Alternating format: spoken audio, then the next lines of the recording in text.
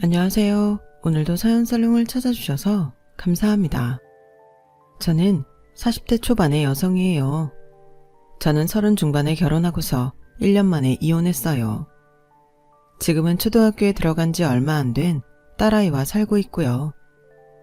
태어나서부터 쭉 아빠 없이 컸지만 똘똘하고 착하게 너무 잘 자라준 딸아이한테 진심으로 미안해하고 있어요.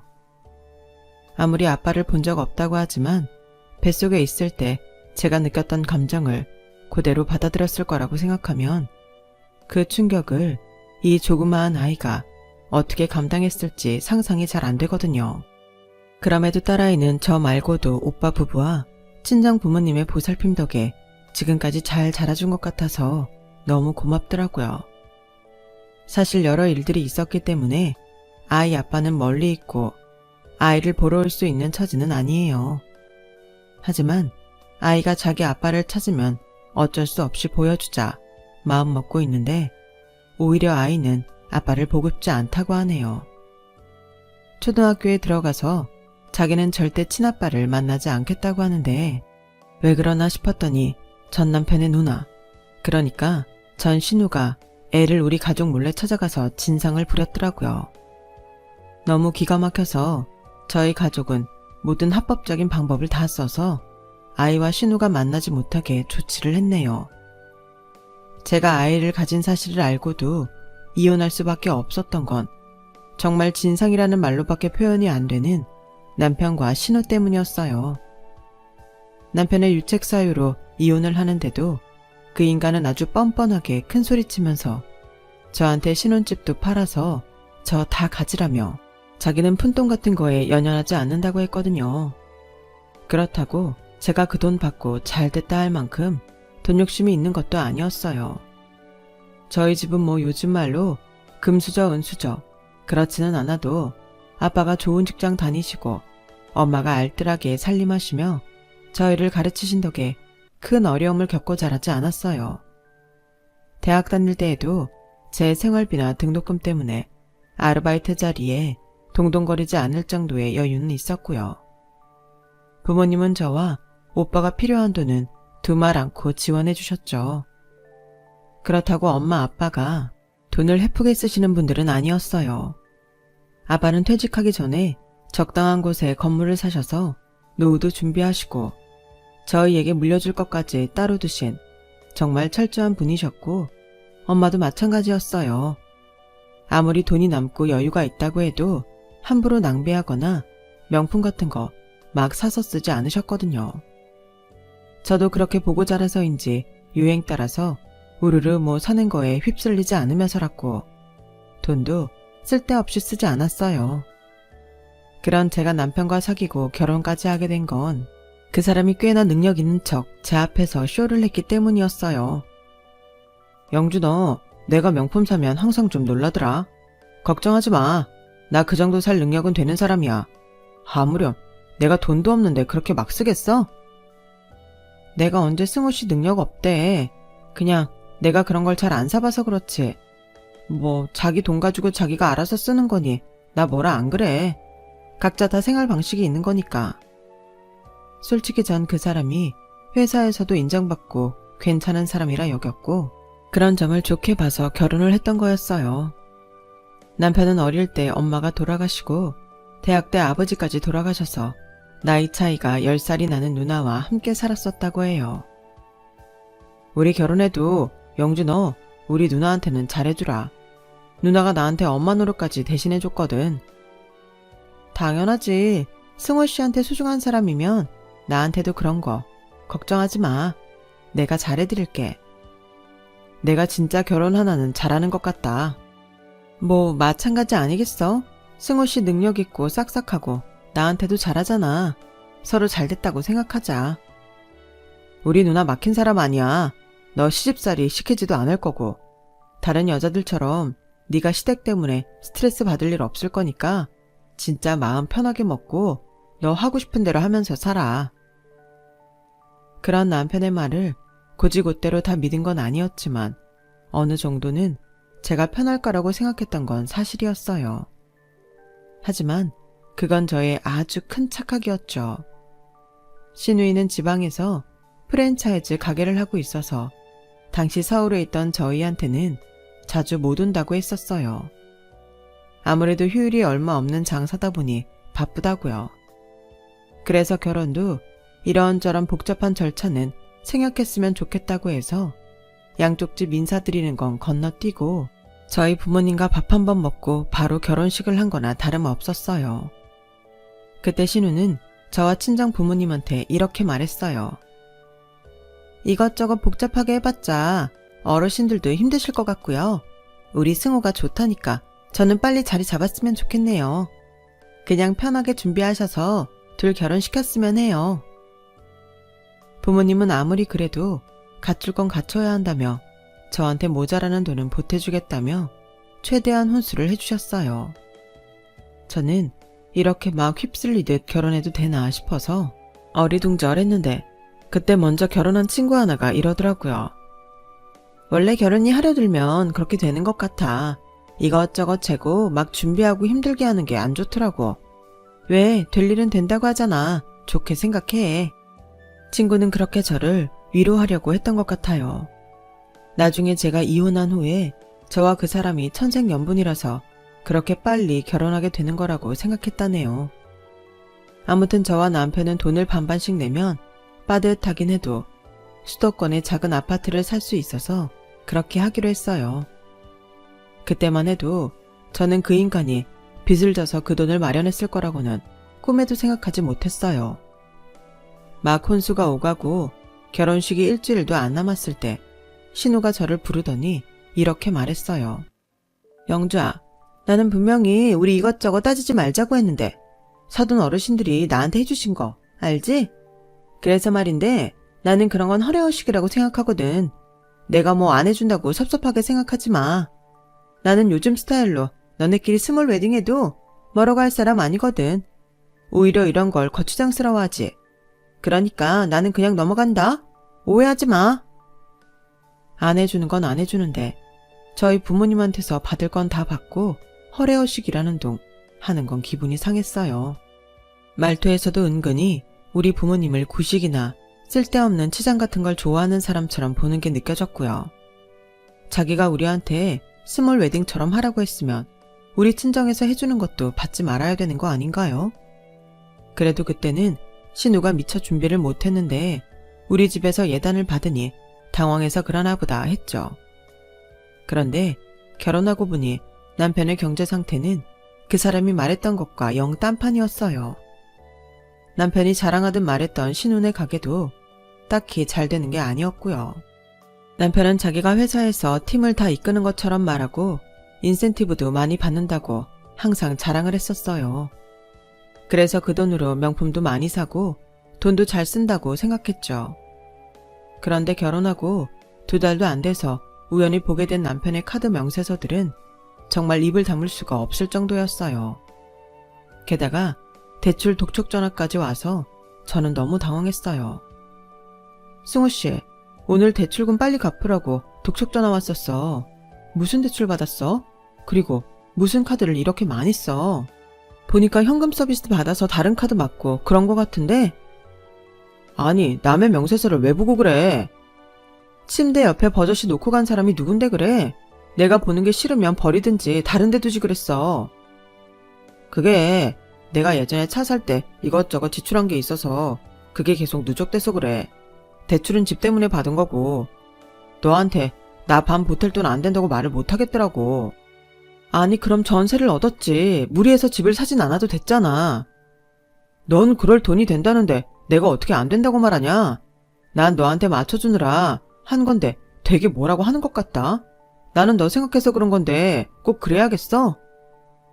남편은 그렇게 제 말을 섭섭해하기만 했고 끝까지 자기가 돈 관리를 잘못했다고 인정을 안 했어요. 그러더니 퇴근하고 와서 저한테 이러더라고요. 있지, 영주 너 돈 좀 있다고 했잖아. 그걸로 먼저 내가 받은 대출 갚으면 안 돼? 솔직히 계속 독촉 전화 받는 거 너도 스트레스잖아. 어차피 우리 같이 사는 집이고 다 공동재산인데 빚 때문에 이 집 팔고 전세 가는 것도 남보기 우습고 어떻게 안 될까? 내가 생활비 더 내든지 할게. 지금 승호 씨가 생활비 더 낼 상태는 돼? 카드값만 해도 꽤 많던데 현금 서비스부터 정리해야지. 그러니까 몇 달만 좀 참아주라, 응? 결혼하고 2달인데 이런 문제를 보게 됐으니 말이 안 나오더라고요. 결국 저는 제 돈으로 남편 대출금을 갚아주고 현금 서비스까지 정리한 다음 남편한테 약속을 받았어요. 다음 인센티브는 3개월 있어야 받는다며. 그럼 그때까지는 사고 싶은 거 있어도 좀 자제해. 우리 결혼 전에 약속한 게 있잖아. 나 혼자 생활비에 경제적 부담 다 떠안으라고 하는 건 아니지. 우리 둘 다 일하니까 버는 만큼 비율 정해서 내기로 했잖아. 알았어. 나도 그럴 생각이었어. 처음부터 좀 미안하긴 하네. 암튼 고마워.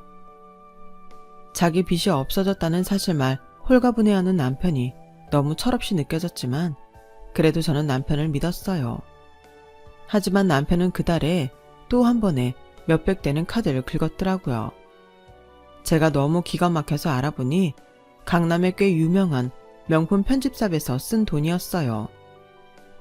승우씨, 내가 사고 싶은 거 있어도 좀 자제하자고 했잖아. 근데 그 말한 지 일주일이나 됐어? 이게 또 뭐야? 아니 넌 왜 자꾸 내 카드 사용 내역을 보고 그래? 승우씨가 보라고 나한테 비번까지 다 가르쳐놓고 무슨 소리야? 돈 안 쓸 테니까 확인해 보라며. 그거 누나한테 사서 보낸 거야. 누나 고등학교 동창 모임 있다는데 안 그래도 혼자 사는데 취례하게 하고 나갈 수 없다고 하잖아. 동창들이 얕본다고. 너도 그런 자리 어떤 줄 알지? 서로 웃으면서 만났지만 싹 스캔하고 잘 사나 못 사나 그런 거 속으로 다 계산하는 거. 누나, 나한테는 엄마이자 누나인데 그 정도 기는 표기해줘야지. 우리 집에서 예단으로 보낸 옷들도 있는데 그거 입으면 됐지 않아? 무엇보다 이거 너무 과해. 자켓 하나에 몇백이 말이 돼? 네가 그런 거 안 사봐서 몰라서 그렇지. 다 그 정도 해. 비싼 것도 아니야. 그리고 니네 집에서 해준 옷들 누나 스타일 아니래. 그래서 못 입겠다고 하더라고. 정말 입만 열면 나오는 말들이 어쩌면 하나같이 제 뒷목을 잡게 하는지 정말 남매가 똑같아도 너무 똑같았어요. 그리고 신우가 아예 남편 카드 하나를 갖고서 여기저기 써대더라고요. 비싼 건 다 남편 카드로 쓰고 있었어요. 아니, 아무리 자식 같은 동생이고 엄마 같은 누나라지만 정도라는 게 있잖아요. 버는 것보다 훨씬 많은 돈을 쓰면 어떻게 하라는 건지. 저는 이 남자 인센티브가 얼마길래 이런 돈을 다 감당했나 싶었고 신우도 정말 동생을 생각한다면 이렇게 돈을 쓰면 안 된다는 생각이 들었어요. 그리고 남편이 신우 자켓을 사준 그 명품 샵에서는 남편을 VIP로 등록을 해놓았더라고요. 한 해에 가서 쓰는 돈이 몇천 원 돼야 VIP인데 그 명품 샵에서 일반인 VIP는 웬만한 사업가 아니고는 없다고 하더라고요. 근데 제가 결혼하고 알게 된 사실은 남편 연봉이 그만한 돈을 감당할 수 없는 건 당연할 뿐더러 저보다도 연봉이 1000 정도 적다는 거였어요. 승우씨, 이건 아니야. 이러다 우리 진짜 파산해. 형님한테 카드를 정 드려야겠으면 한도 적은 걸로 드리고 승우씨도 지금처럼 쓰면 안 돼. 형님이 정말 승우씨를 자식 같은 동생으로 생각하면 승우씨 사정도 알아주셔야지. 아니 그냥 동생이어도 이건 아니야. 그건 그런데 내가 누나한테 미안해서 말을 못하겠어. 아무래도 엄마처럼 따르며 살았으니 말하기가 어려운 것 같아 보였어요. 결국 저와 남편은 신우에게 가기로 한 주말에 둘이서 같이 카드 문제를 이야기하기로 했어요. 저는 신우가 당연히 카드를 안 쓴다고 할 줄 알았어요. 그런데 신우의 반응은 정말 예상과 너무 달랐어요. 아니, 내가 쓰면 얼마나 쓴다고. 요즘 우리 가게 장사도 안 되고 스트레스 해소하려고 그러는 건데 결혼했다고 이런 것부터 눈치 주기 시작하는 거야? 그런 거 절대 아니야 누나. 내가 다시 형편 나아지면 꼭 다시 줄게. 잠깐만 그런 거니까 좀 참아줘. 알았어. 네가 힘들다는데 내가 눈치 없이 쓸 수 있니? 그래도 결혼했다고 마누라 눈치 보고 그러지는 마. 너 기펴고 당당하게 살라고. 전처럼 너 하고 싶은 대로 하고 살고. 라며 저를 한번 쓱 훑어보는데 진짜 한마디 하려고 했는데 옆에서 남편이 저를 쿡 찌르는 바람에 그냥 입을 다물고 말았어요. 생각해보면 그때 진짜 한마디 해줬어야 하는 건데 말이죠. 아니, 자기 동생 빚더미에서 구제해줬는데 무슨 내 눈치를 보느라 돈을 못 쓰게 한다는 식으로 말을 하는 건지, 그리고 이 남매는 툭하면 기펴고 당당해야 된다는 말을 입버릇처럼 하는 건지 이해가 안 되더라고요. 왜 돈을 마음대로 써야만 당당한 거고 기펴는 거라고 생각할까요? 저는 그런 생각이 두 사람 인생에 큰 망조를 들게 한 거라고 봐요. 그때부터 신우이는 툭하면 저한테 전화를 걸어대기 시작했어요. 오늘 중학교 때 베프를 만났는데 걔는 땡땡땡 신상 입었더라. 걔 지가 돈 벌어본 적도 없는 애거든. 참 저런 팔자는 타고나나 봐. 나 동네 친구들 만났는데 다들 신상 입고 나온 거 있지? 최소 제일 못 입은 애도 백화점 입장못인데 나만 입던 거에 쓰던 가방에 이제 창피해서 어디 나가지도 못하겠어. 전부 이런 식의 말만 하는 거였어요. 아니, 장사를 하는 사람이 허구한 날 친구만 만난다고 하는 것도 너무 이상했고, 정말 친한 친구랑 만났으면 못했던 이야기하고 정을 나누는 게 일상 아닌가요? 그런데 맨날 쟤는 머리 벗고 딴 애는 뭘 쓰고 나왔고 무슨 백을 들었고 그런 것만 체크를 하고 다니는지 진짜 정신이 딴 데 팔렸다는 게 다른 게 아니더라고요. 형님, 저번에 예단으로 받으신 가방하고 구두도 명품이잖아요. 그것도 괜찮을 것 같은데요. 혹시 승호가 얘기 안 했니? 그거 너무 올드해서 난 못하겠더라. 나랑 안 맞아. 아휴, 이참에 중고로 내놓을까? 명색이 명품이니 돈은 제대로 받을 수 있겠지? 그거 팔아서라도 뭐 좀 장만해야겠네. 자기 아들이나 다름없다는 동생이 결혼할 때 받은 예단을 중고로 팔겠다는 말을 제 앞에서 아무렇지도 않게 하니 저는 정말 신우한테서 정남이가 다 떨어졌어요. 계속되는 그런 전화를 제가 어떻게 다 감당할 수 있겠어요.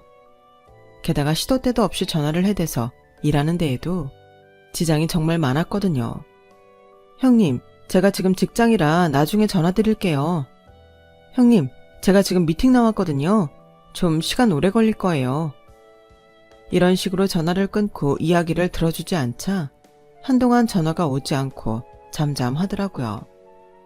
제가 핑계대느라 바쁘다고 한 게 아니라 정말 회사로 전화를 해서 끝없이 자기 옷도 없고 쓸 돈도 없다고 질리게 하는데 인내심의 한계가 오고 있을 때였어요. 그러다 한 번은 가게 하루 쉰다고 저희 집에 온 적이 있었어요. 같이 점심을 먹고 차 마실 때까지는 그래도 분위기 나쁘지 않고 괜찮았는데 그 다음이 문제였어요. 승호야, 너 정희 알지? 걔는 친정에서 가게 차려줘서 그렇게 장사가 잘 된대. 그래서 시댁에도 용돈을 그렇게 많이 드린다더라. 정희, 네 중학교 동창이잖아. 알지 정희. 잘 됐네. 걔네 집 원래 잘 살잖아. 그러게 말이야. 돈 벌 줄 아는 사람들은 그렇게 눈치가 빠르고 센스도 좋은 것 같아. 그러니 걔도 장사를 그렇게 잘해서 시댁에 용돈도 팍팍 주고 그러지. 제가 아무리 눈치가 없어도 저 들으라고 하는 소리인 거 왜 모르겠어요. 시댁에서도 그 여자분한테 잘해주시나 보네요. 원래 사람 마음이라는 게 오고 가는 거잖아요. 아무리 돈을 잘 번다고 아무한테나 그렇게 하겠어요? 저는 회사에서 월급쟁이 생활하고 돈 모은 거지만 그래도 승호 씨랑 결혼했다는 의리로 빚 다 갚아줬잖아요. 남편 아니면 의리로 그러기 힘든데 그 여자분 시댁이 여자분한테 잘하는가 보네요. 스트레스 안 받게 하고요. 제 말에 신우와 남편은 눈이 동그래져서 서로를 쳐다보더니 저한테 아무 말도 못하고 얼굴이 빨개졌다 파래졌다 아주 볼만하더라고요. 제가 그동안 별말 안 하니 한마디 대꾸도 못하는 그런 사람인 줄 알았다가 아주 놀란 모양이더라고요. 그 후 신우는 별 말 없이 앉았다가 그만 가보겠다면서 자리에서 일어났어요. 그리고 가기 전에 들으라는 듯이 이런 말을 하더라고요. 지가 시집살이도 안 하고 다른 며느리들보다 편히 살면 눈치껏 알아서 잘할 일이지. 하지만 저는 끝까지 조심히 들어가세요. 멀리 못 나가요. 라는 말만 하고 용돈을 드리지 않았어요. 솔직히 신우는 남편 카드만 못 썼을 뿐이지 제가 매달 꼬박꼬박 용돈 보내주고 있었거든요. 남편이 자기네 회사 인센티브가 줄었다며 생활비 낼 돈도 부족하다고 하도 우는 소리를 하길래 제가 대신 보내고 있었는데 저렇게 노골적으로 다른 사람 비교하고 내가 편하게 산다는 식으로 말하며 돈 더 달라고 눈치를 주는데요.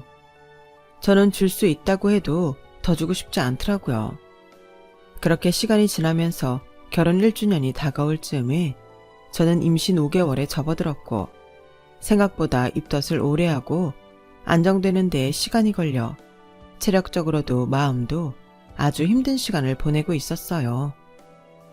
제가 아이 갖고 병원에도 몇 번 실려가고 아무것도 못 먹어서 힘이 들어 친정엄마가 와서 저 돌봐주곤 하셨어요.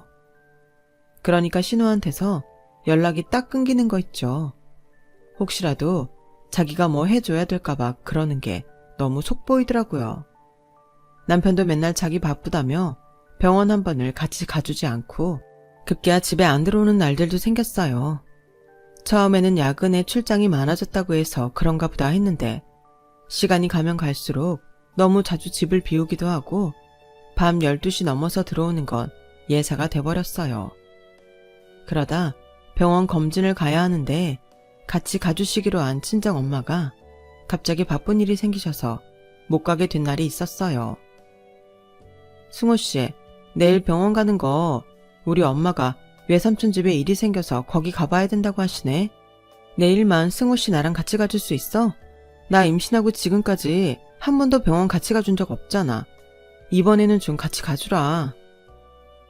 아 진짜 너는 나이가 몇인데 맨날 병원을 같이 가달래? 내가 그렇게 할 일 없는 사람으로 보여? 짜증나게 정말. 그러더니 그 밤에 옷을 집어들고 도로 나가는 거 아니겠어요. 처음에는 너무 황당해서 아무 말도 안 나왔는데 시간이 갈수록 괘씸하고 기가 막혀서 열불이 나더라고요.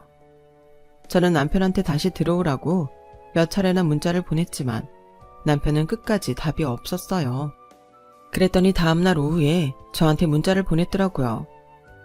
영주 네가 아이 낳으면서 회사 그만둘지도 모르니 내가 한 푼이라도 더 벌어야 돼서 예민한데 넌 자꾸 어리광만 부리는 것 같잖아. 너도 사회생활하면서 그렇게 뭘 모르는 소리만 해. 나도 우리 집 어떻게 꾸릴지 열심히 궁리 중이니까 좀 그런 소리는 하지 마라 진짜. 이게 미안해서 보낸 건지 자기 행동이 옳으니 나한테 토달지 말라는 건지 참 헷갈리는 문자였어요. 그런 일을 겪으면서 결혼 전 남편이 저한테 보여줬던 능력 있고 사교성 있고 싹싹하던 모습과 지금의 남편 모습을 여러 번 번갈아 떠올리게 됐어요. 그리고 아무래도 제가 사람을 잘못 본 것 같다는 결론을 내리게 되었죠. 하지만 원래 결혼이라는 건 자기 모습이 다 드러나기 마련이니 연애 때와 같을 순 없는 거잖아요. 그때만 해도 그저 내가 사람을 잘못 봤네 하고 푸념 정도로 끝났는데 진짜 어마어마한 일이 터지고 말았어요. 그때 저는 겨우 입맛이 되돌아오기 시작해서 회사에서 먹는 걸로 모든 걸 버티고 있었어요. 자꾸 졸음이 쏟아지기도 하고 몸이 무겁고 위가 눌리는 것도 맛있는 걸 먹으며 주의를 환기시키곤 했거든요. 그렇게 회사에서 전보다 무거운 몸을 이끌고 힘겹게 일을 하고 있는데 생전 처음 보는 여자가 절 찾아왔더라고요. 안양주 씨 맞죠? 저랑 잠깐 얘기 좀 하실래요? 보자마자 대뜸 저를 사무실에서 불러낸 화려한 차림새에 향수 냄새가 짙게 나는 그 여자는 상상도 못할 얘기를 하더라고요. 이제 그만 승호씨 좀 놔줄래요? 승호씨 저랑 결혼할 무렵부터 만났어요. 이미 저희 사이는 깊어졌고 헤어질 수 없는데 승호씨는 당신하고 결혼을 깰 수가 없다고 하더라고요. 그래도 저는 좋으니까 계속 보자고 했어요. 당신이 그 사람 돈 가지고 괴롭힌 거, 형님한테 카드 뺏은 거 제가 다 알고 있거든요. 승호씨 속상해할 때마다 제가 너무 마음 아팠고 얼마 전부터는 임신했다고 그렇게 승호씨 들들 볶는다면서요? 임신한 게 유세예요? 그건 아니잖아요. 승호씨도 안영주씨한테 마음 떠났는데 태어날 아기 걱정에 쉽게 정리 못하고 있어요.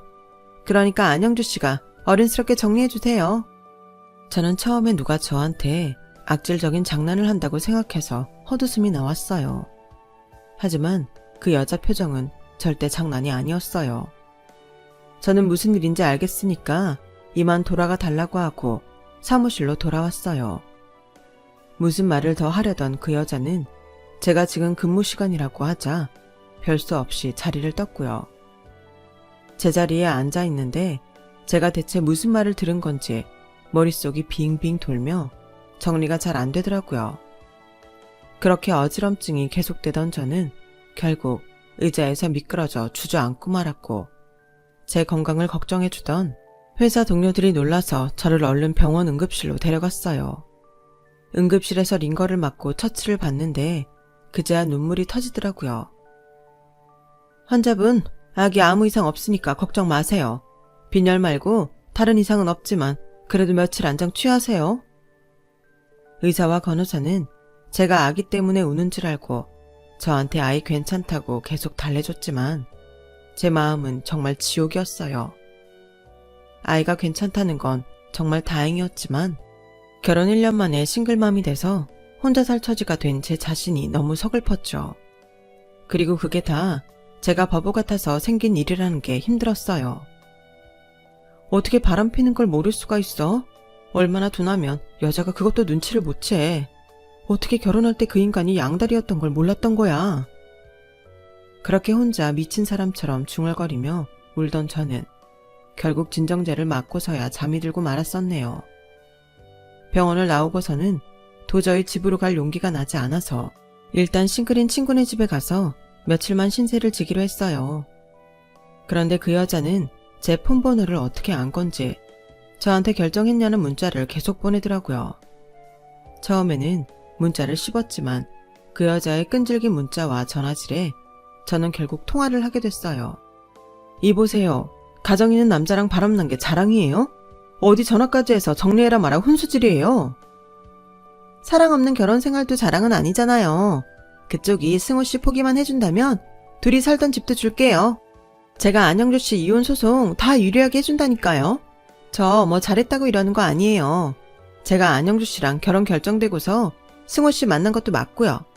근데 먼저 만나고 늦게 만나고가 중요한 게 아니라 사랑하는 사람끼리 살아야 되는 거잖아요. 혹시 아이 포기하고 싶으면 그 비용도 제가. 네가 인간이니? 어디다 대고 남의 애 이야기를 꺼내? 저는 그렇게 소리를 꽥 지르고 전화를 끊어버렸어요. 그런데 더 웃기는 건요. 제가 집을 나오고 사흘이나 됐는데 남편한테서 연락 한 번이 안 오더라는 거죠.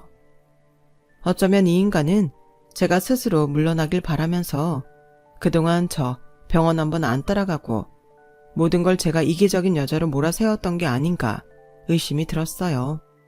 더는 고민하고 말고 할 게 없겠더라고요. 저는 바로 친정으로 가서 그동안 있던 일을 이야기했고 부모님은 잔뜩 화가 나셔서 인맥을 다 뒤져 저한테 제일 비싼 변호사를 붙여주셨어요. 신우는 제가 이혼 소송을 할 거라는 말에 처음에는 집 앞까지 찾아와서 그러지 말라고 사정했어요.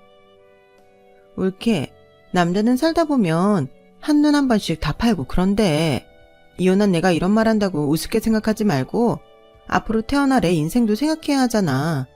이혼은 아닌 것 같아. 올케가 그냥 눈 딱 감고 넘어가면 될 일이야. 형님, 승우씨 저 집 나오고 한 번도 찾지 않았어요. 그 여자가 제 회사 폰 번호 다 알고 있고 저와 승우씨 사이에 무슨 일이 있었는지 다 알고 있으면 얘기 끝난 거 아닌가요? 제가 승우씨 뭘 믿고 그냥 넘어가야 되는데요. 왜 제 인생을 남의 껍데기만 붙들고 살라고 하세요? 지금 21세기예요, 형님. 형님 말씀대로 형님도 이혼하셔놓고 저한테는 이렇게 말씀하시면 안 되죠. 아, 정말 단단히 화가 났네. 일단 화 좀 풀고 있어. 라며 신우는 끝까지 자기 주장만 내세우고 가버렸어요. 그런데 보름이나 지났을까요? 신우가 다시 저를 보자고 찾아왔더라고요. 이번에는 전에 보지 못한 명품 브랜드로 온몸을 싹 치장하고서는 다리를 꼬고 앉아서 턱으로 저를 가리키며 여기 앉아봐 라며 거만하게 굴더라고요. 보아하니 올케 마음 바뀔 것 같지 않아서 말이야. 승우도 더는 미련이 없다고 하고 내가 전에 했던 말을 잊고 올케 뜻대로 이혼해. 아 맞다. 이혼하면 이제 아무 사이 아니니 올케니 뭐 그런 말은 아닌 것 같네. 애는 낳고 싶으면 낳고 알아서 하고 대신 나중에 승우한테 손 벌릴 생각은 하지 마. 그 얘기하려고 그렇게 오만치장 다 하고 오신 거예요? 너한테 좀 보라고. 앞으로 혹시라도 네가 다른 사람하고 재혼하더라도 뭐 그게 쉽겠냐만 아무튼 그렇더라도 그때는 좀 잘하라고 보여주는 거야. 이거 다 애경이가 해준 거야. 한 집안 며느리가 되겠다고 했으면 적어도 이 정도는 시댁 어른한테 해줄 줄 알아야지. 시대에 뒤떨어지지 않게 이렇게 느낌 있게. 알겠니? 아무튼 너 이혼한다고 그 집 팔아서 네가 다 챙기려고 하면 안 된다. 나 그 말 단단히 하려고 온 거야. 그리고 또 하나. 승호가 그러는데 니네 집에 아주 질렸다더라. 그래서 너랑 말하기도 싫대. 적어도 건물 있는 집안이면 사위한테 미리 유산 딱 떼어서 주고 그래야 되는 거 아니니? 어쩜 그렇게 인색하고 팍팍하니? 그러니 딸내미도 똑 닮아서 이혼이나 당하지. 정말 막말의 수준이 선을 넘는 걸 꾹 참고 듣느라 얼마나 힘들었는지 몰라요. 저 그때 이미 변호사 조언대로 신우가 하는 말을 다 녹음하고 있었거든요. 신우는 저한테 신혼집 팔면 저 혼자 못 갖는다고 했는데 유책 사유가 남편에게 있음은 물론이고 집값도 다 제가 낸 거나 다름없기 때문에 씨알도 안 먹히는 소리였어요. 게다가 그 여자가 전화로 이혼만 해주면 그 집 저한테 주겠다고 했던 녹음 내용하고 문자 내용도 다 있었거든요. 저는 그 여자를 상대로 상간녀 소송까지 같이 진행했고 두 사람은 저한테 막대한 위자료를 줘야 했어요. 제가 갚아줬던 카드값도 물론 다 돌려받았죠.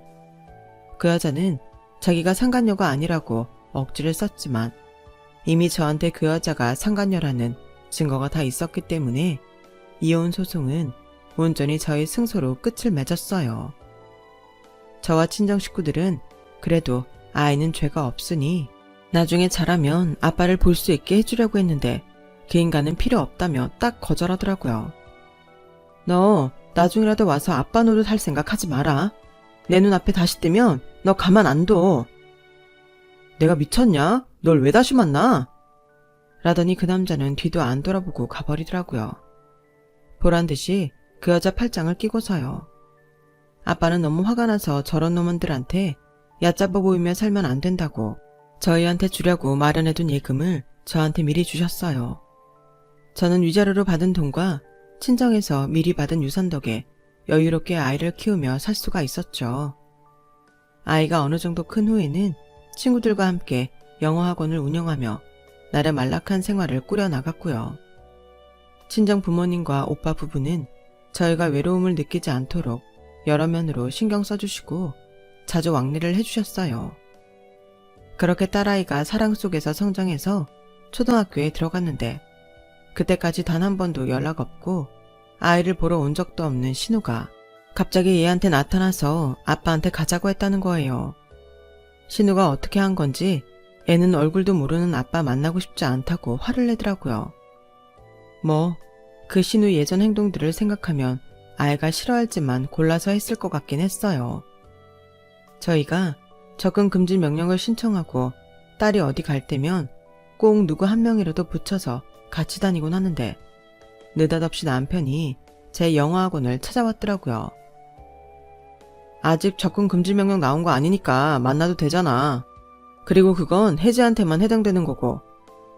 야, 너 내가 뭐라고 했는지 잊었어? 내 눈앞에 다시 나타나면 가만 안 놔둔다고 했어, 안 했어? 다 지난 얘기를 뭘 다시 하고 그래. 겉보다도 영주 너 학원도 잘 되고 꽤 잘 산다고 하더라. 왜? 그게 너라는 인간하고 무슨 상관인데? 왜 상관이 없어. 내가 혜지 아빠잖아. 혜지 계속 혼자 키우기 힘들지 않아?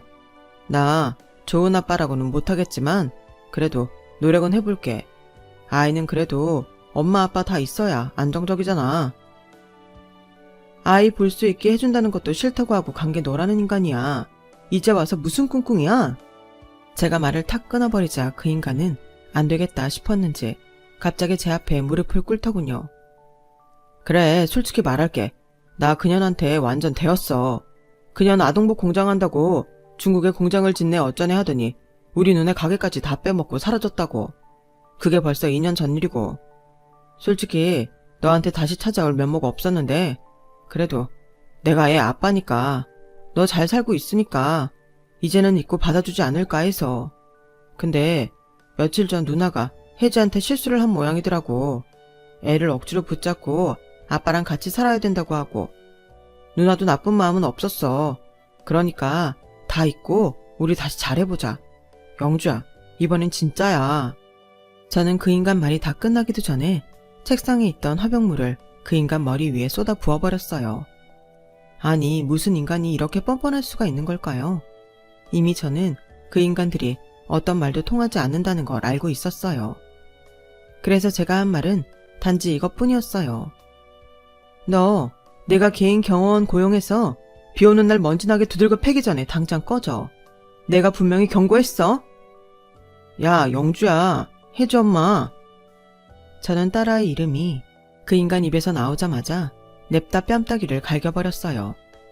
내 딸 이름 함부로 입에 올리지 마. 안 나가면 영업박에 무단침입 이런 거 다 엮어서 유치장 보낸다. 제 표정을 본 남편은 장난이 아니란 걸 깨닫자 얼굴이 노래지더니 머리부터 어깨까지 흠뻑 젖은 채로 그대로 도망치듯 학원을 빠져나가더군요. 이후 저희는 그 남매에 대한 접근 금지를 받아냈고 폰 번호도 다 바꾸고 아이와 함께 친정 바로 옆으로 이사를 가버렸어요. 이런 모든 조치를 해도 그 파렴치한 인간들이 다시 나타날 때를 대비해야겠다는 생각이 들었거든요. 그런데 정말 그 후 신우가 다시 우리 학원에 나타났고 그때 딸아이를 데리고 가려고 해서 결국 오빠까지 전화받고 불이 나게 오지 않았겠어요. 친정 부모님과 오빠는 신우를 동네 한복판에서 망신을 주면서 이제는 고소를 할 테니 어디 콩밥 한번 먹어보라고 소리쳤어요. 그렇게 혼쭐이 나고서야 그 인간들은 얼씬도 하지 않게 됐네요. 그리고 다시 저희의 생활은 예전의 평화를 되찾아 가고 있답니다. 저는 앞으로 어떻게 될지 모르지만 아직도 재혼에 대해서는 전혀 생각하고 있지 않아요. 그저 딸 잘 키우며 제 일 하면서 재미있게 살고 싶네요. 제 이야기는 여기까지예요. 끝까지 들어주신 분들 모두 건강하시고요. 하시는 일마다 잘 되시길 바랄게요. 행복한 하루 되세요. 감사합니다. 여러분, 사연 댓글에 응원과 현명한 조언 부탁드려요. 좋아요와 구독은 저에게 큰 힘이 됩니다. 오늘도 좋은 일 가득하세요.